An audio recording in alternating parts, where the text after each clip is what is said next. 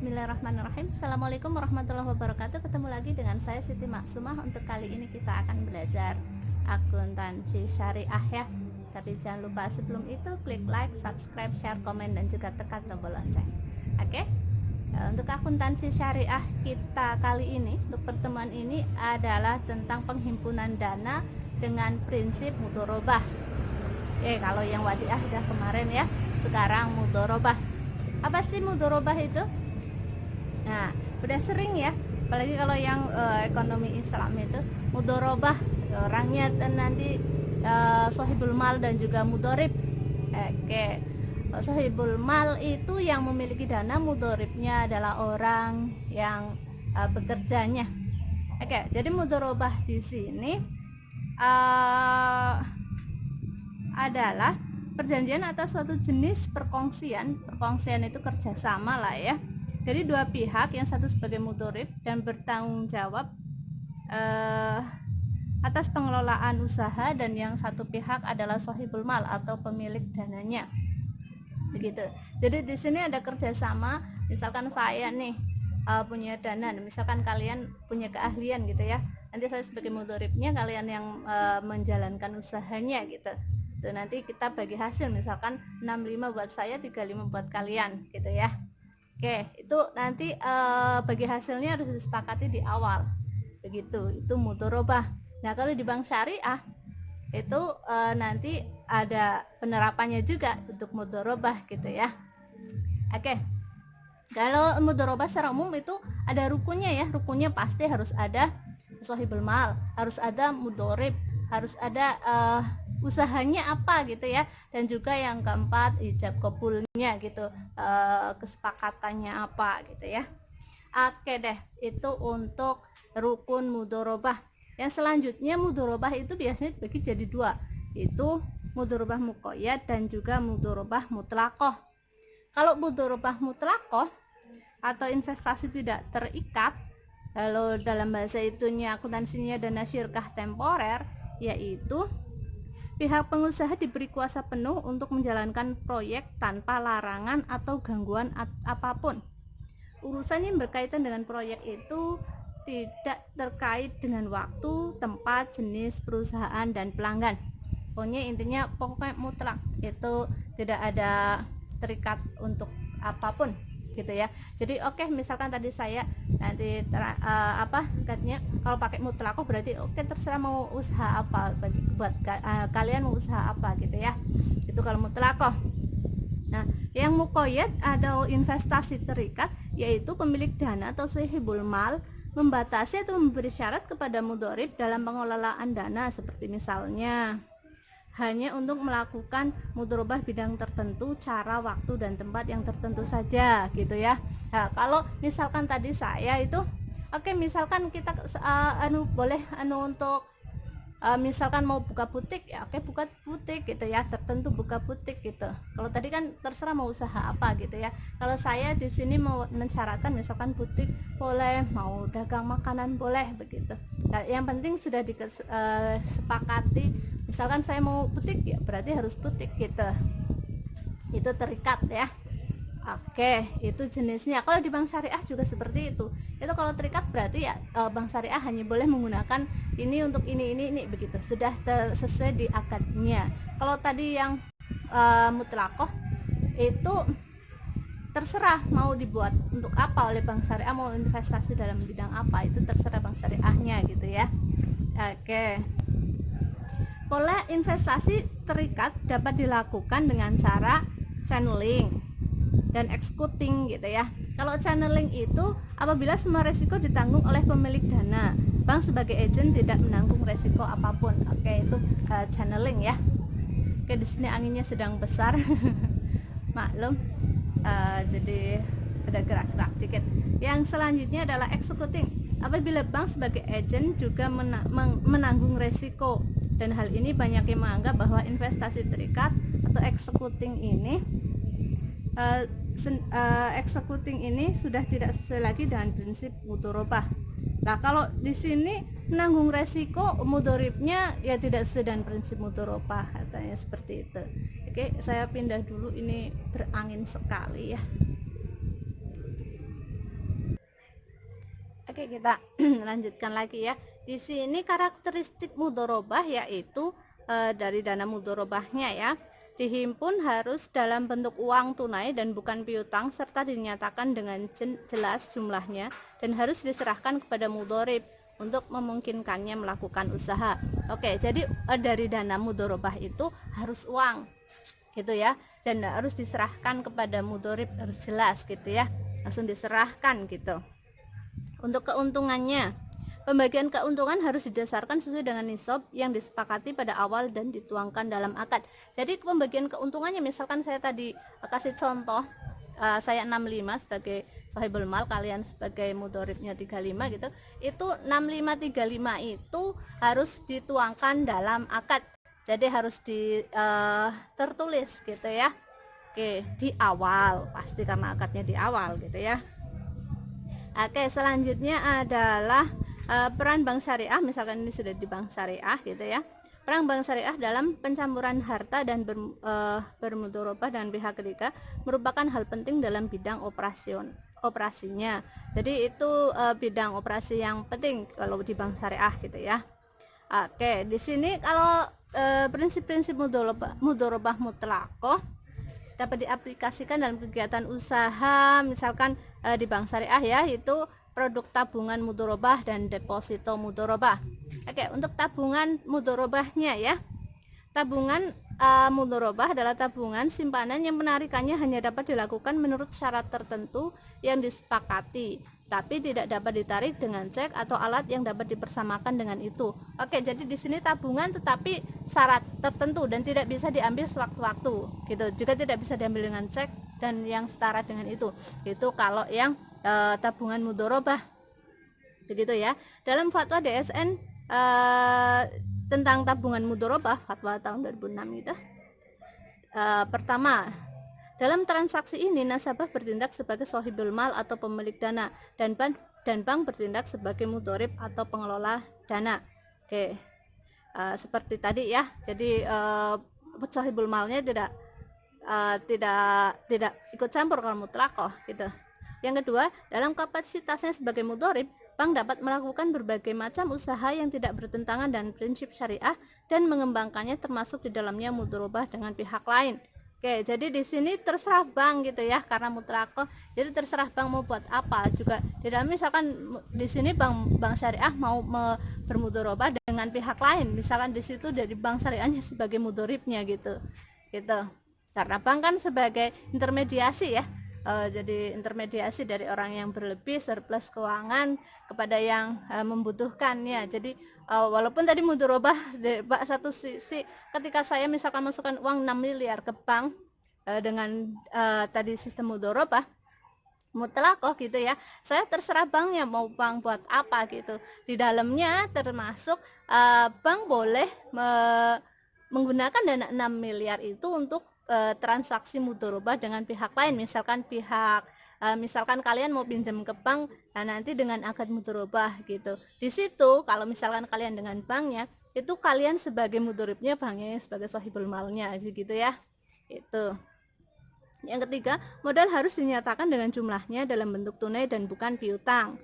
Yang keempat, pembagian keuntungan harus dinyatakan dalam bentuk nisbah dan dituangkan dalam akad pembukaan rekening. Yang kelima, bank sebagai mudorib menutup biaya operasional deposito dengan menggunakan nisbah keuntungan yang menjadi haknya.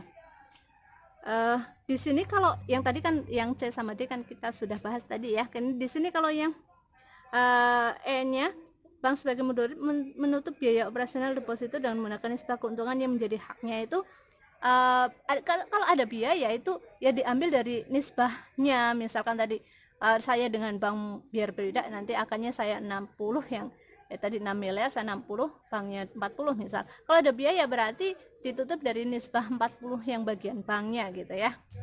Yang keenam, bank tidak diperkenankan untuk mengurangi nisbah keuntungan nasabah tanpa persetujuan yang bersangkutan. Oke, jadi misalkan tadi keuntungan saya tuh dengan bank itu 60, bagiannya 60, itu nggak bisa dikurangi tanpa persetujuan saya. Tapi kalau saya setuju ya nggak masalah gitu ya, saya itu gitu. Oke, itu tadi tabungan mudorobah. Sekarang deposito mudorobahnya. Deposito adalah simpanan yang penarikannya hanya dapat dilakukan pada waktu tertentu menurut perjanjian antara penyimpan dengan bank yang bersangkutan. Oke, jadi ini di sini kalau deposito pasti ya sama dengan yang lainnya, waktunya tertentu, penarikan juga tertentu gitu ya. Tapi sistem akadnya adalah mudharabah gitu contohnya. Untuk jenis deposito berjangkanya ada dua, ada deposito berjangka biasa dan juga deposito berjangka otomatis atau automatical rollover gitu. Kalau yang deposito berjangka biasa, deposito yang berakhir pada jangka waktu yang diperjanjikan, perpanjangannya hanya dapat dilakukan setelah ada permohonan baru atau pemberitahuan dari penyimpan. Yaitu kalau yang biasa ya seperti biasa ya, kalau mau diperpanjang berarti harus ada pemberitahuan dari, misalkan tadi saya nyimpan ya harus saya ke sana, oke saya mau perpanjang begitu ya. Oke, yang selanjutnya adalah deposito berjangka otomatis. Pada saat jatuh tempo secara otomatis akan diperpanjang untuk jangka waktu yang sama tanpa pemberitahuan dari penyimpan. Oke, kalau misalkan saya mau pakai yang otomatis, berarti kalau misalkan saya lupa nggak bilang nanti diperpanjang gitu ya, selama saya nggak butuh, selama saya nggak ngambil, berarti nanti otomatis akan diperpanjang gitu ya. Dalam fatwa DSN tentang deposito mudharabah itu ya, fatwanya 1, dalam transaksi ini nasabah bertindak sebagai shahibul mal atau pemilik dana dan bank bertindak sebagai mudharib atau pengelola dana. Yang kedua, dalam kapasitasnya sebagai mudharib, bank dapat melakukan berbagai macam usaha yang tidak bertentangan dengan prinsip syariah dan mengembangkannya, termasuk di dalamnya mudharabah dengan pihak lain. Hampir sama dengan tadi ya. Yang C, modal harus dinyatakan dengan jumlahnya dalam bentuk tunai dan bukan piutang. Tadi sekali lagi harus tunai ya. Misalkan tadi 6 miliar ya 6 miliar uang tunai gitu. Oke, D, pembagian keuntungan harus dinyatakan dalam bentuk nisbah dan dituangkan dalam akad pembukaan rekening, sama dengan tadi tabungan ya. Bank sebagai mudharib menutup biaya operasional deposito dengan menggunakan nisbah keuntungan yang menjadi haknya. Itu yang 5 sama ya. Yang keenam, bank tidak diperkenankan untuk mengurangi nisbah keuntungan, sama itu untuk menurut fatwa DSN MUI tahun 2006. Oke ya, itu untuk bagian pengumpulan dananya dengan sistem mudharabah. Sekarang misalkan contoh untuk akuntansi penghimpunan dananya bagaimana, kita kasih contoh, masih 12 menit boleh, kita kasih contoh untuk yang wadiah dulu yang kemarin ya. Misalkan nih pada tanggal 1 Agustus 2008 diterima setoran tunai pembukaan giro wadiah atas nama Kohar, misalkan sebesar 10 juta gitu ya. Oke, jadi transaksi ini karena ini program studi akuntansi, jadi saya langsung nyatakan saja jurnalnya ya, nggak perlu ditulis karena asumsinya kalian sudah paham ya. Oke, untuk transaksi tersebut nanti di jurnal oleh bank, kita asumsinya kita bukan sudut pandangnya kita sebagai banknya gitu ya, sekarang bukan shahibul malnya lagi gitu. Oke, di bank nah kita akan jurnal itu kan kas bertambah ya, karena menerima kas, berarti kas pada giro wadiah nanti rekeningnya siapa tadi, rekeningnya Kohar ya, milik Kohar gitu, rekening Kohar sebesar misal tadi 10 juta gitu ya. Jadi kas pada giro wadiah dalam kurung rekeningnya Kohar gitu ya, sebesar 10 juta. Keterangannya ya menerima, kalau itu bank sudah terotomatically ya. Oke. Kalau secara manual ya keterangannya pasti penerimaan giro wadiah dari Kohar gitu ya. Oke, dari rekening tersebut di buku besar posisinya neracanya itu di buku besar giro wadiahnya nanti di posisi kredit pasti tambah dari rekening Kohar sebesar 10 juta. Lah kalau di rekening Koharnya nanti akan bertambah setoran awal misalkan tadi 10 juta gitu, dan pada neraca giro wadiahnya itu nanti akan bertambah 10 juta dari penyetoran Kohar gitu ya. Itu efek dari transaksi itu. Oke, itu kalau misal tadi contoh yang wadiah. Oke, nanti kita akan coba kasih contoh yang mudharabah ya. Terus hapus dulu, agak capek. Oke, sekarang untuk contoh untuk deposito mudharabahnya ya, tadi wadiah, sekarang mudorobahnya. Oke, misal pada tanggal 1 Agustus misalkan 2019, Bank Syariah menerima setoran tunai dari Mas Wawan misalkan sebesar misalkan mau 10 juta boleh sebagai investasi deposito mudorobah untuk jangka waktu 1 bulan dengan nisbah 65 untuk nasabah dan 35 untuk bank syariah. Nah, dari transaksi tersebut nanti akan di jurnal itu kan kita menerima apa? Pasti menerima, kita sebagai banknya pasti menerima kas ya. Kasnya bertambah, berarti kas pada giro tadi mudorobah ya. Deposito mudorobah, misalkan tadi contohnya deposito mudorobah. Oke, jadi kas pada deposito mudorobah dalam kurung rekening Mr. Wawan sebesar 10 juta. Oke, itu nanti sama imbasnya ke buku besar deposito mudorobah akan bertambah di sisi kredit sebesar 10 juta untuk keterangannya adalah Mr. Wawan. Oke, untuk neracanya nanti akan ada tambahan di dana syirkah temporer untuk deposito mudorobah sebesar 10 juta. Kalau tadi kirawadiah di kewajiban ya, kalau sekarang di dana syirkah temporernya gitu sebesar 10 juta tambahannya. Oke, misal pada tanggal 2 Agustus Bank Syariah menerima setoran tunai deposito mudorobah misalkan dari rekeningnya Mahdah misalkan sebesar 100 juta misal. Itu ya sama nanti jurnalnya kas pada deposito mudorobah dalam kurung rekening Mahdah gitu sebesar 100 juta gitu. Sama imbasnya ke deposito mudorobah akan bertambah itu di sisi kredit rekening Mahdah gitu sebesar 100 juta. Neracanya akan tambah di dana syirkah temporer yang tadi sudah 10 juta jadi menjadi berapa? 110 juta gitu ya.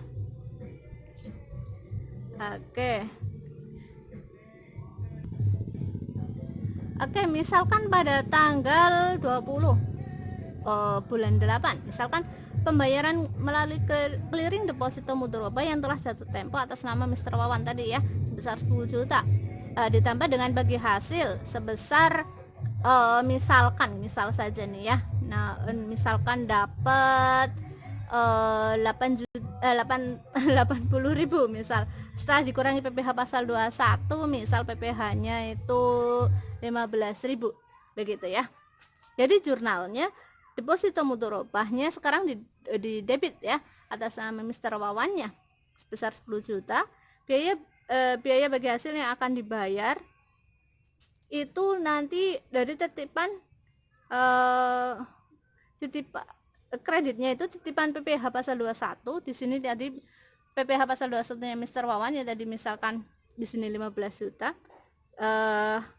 Bank Indonesianya itu giro kreditnya dari Bank Indonesia gitu. Itu sebesar kalau biaya bagi hasil yang akan dibayar itu tadi berapa? 800 ditambah 805 gitu. Ya 80 sama 15 itu 95.000 gitu. Berarti biaya bagi hasil yang akan dibayar itu 95.000. Nanti titipan PPh pasal 21-nya itu berapa? 15.000 dan Bank Indonesianya itu menjadi 10 dikurangi 15 10 juta 80.000 gitu ya. Oke. Jadi kalau dari transaksi itu akan berimbas ke bagian buku besar deposito mudorobah itu Mr. Wawan sekarang ada di debit sebesar 10 juta akan berkurang gitu ya. Berkurang dari Mr. Wawan udah keluar jadi deposito mudorobahnya di bagian debit. Oke, untuk neraca juga deposito mudorobahnya sudah berkurang ya. Oke, itu untuk contoh-contoh deposito mudorobah dan juga wadiah yang kemarin sempat kita bahas untuk wadiahnya ya. Oke, mungkin cukup sekian tambahan dari saya ya. Kalau ada kesalahan saya minta maaf. Semoga bermanfaat dan juga semoga ilmu kita barokah dan jadi jariah dunia akhirat. Wabillahi taufiq wal hidayah. Wassalamualaikum warahmatullahi wabarakatuh.